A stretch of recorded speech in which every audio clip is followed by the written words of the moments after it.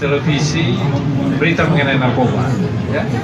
Kalau kita tarik lagi ke provinsi, seluruh provinsi ini penyalahgunaan narkoba sudah tinggi.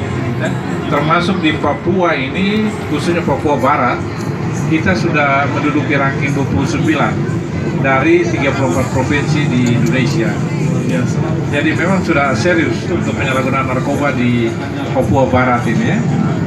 Terus kemudian Pak Ben, ini kalau aneka kita melihat dengan ranking 29 tadi, kira-kira kasus-kasus yang terjadi ini sebenarnya apakah memang karena internal terjadinya di internal atau mungkin ada kasus dari luar daerah yang lebih banyak mendominasi Pak Ben? Iya, kalau kita lihat memang Papua Barat ini memang provinsi baru, tapi akses transportasi baik darat, laut maupun udara itu cukup baik ya, cukup tinggi, sehingga memang kemungkinan masuknya narkoba dari berbagai daerah itu juga sangat mudah begitu ya.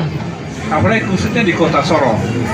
Sorong ini dari 13 kabupaten yang ada di Papua Barat, kota Sorong menduduki prevalensi utama ya. Pertama dibanding dengan 13 kabupaten yang ada di Papua Barat.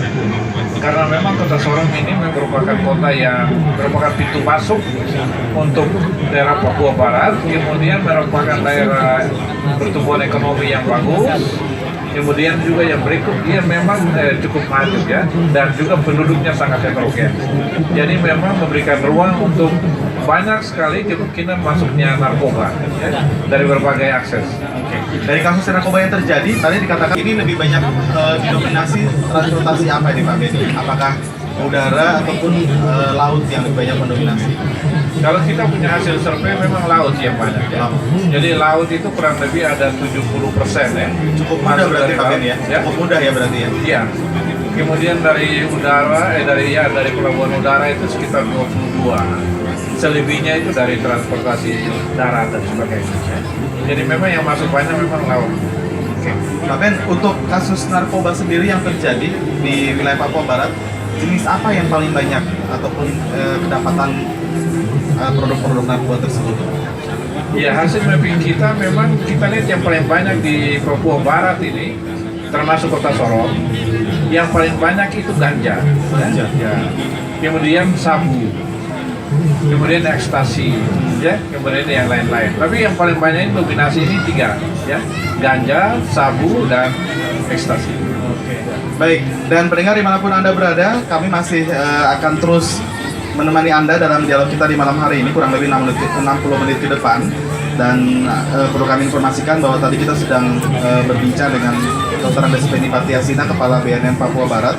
Dan Anda juga nanti kami undang untuk berpartisipasi, pendengar dimanapun Anda berada, untuk menyampaikan tanggapan Anda terkait dengan topik yang kita bahas di malam hari ini berkenaan dengan peredaran narkoba di wilayah Papua Barat. Anda bisa menghubungi kami di 085 244 832290. Saya ulangi, 085 244 832290. Anda juga nanti bisa mengirimkan SMS bentuk pertanyaan ataupun informasi lainnya ke nomor HP kami di 0852 44 60 3262. 0852 44 60 3262. Dan bagi para pengunjung pameran, stand pameran yang ada di lokasi pameran pembangunan Kota Sorong di malam hari ini, Anda juga bisa bergabung bersama kami. Silakan Anda ingin bertanya ataupun memberikan masukan ataupun informasi berkaitan dengan topik yang diangkat tentang narkoba di malam hari ini bersama Bapak Dr. Andes Beni Patiasina dan juga ada Bung Neil Armstrong.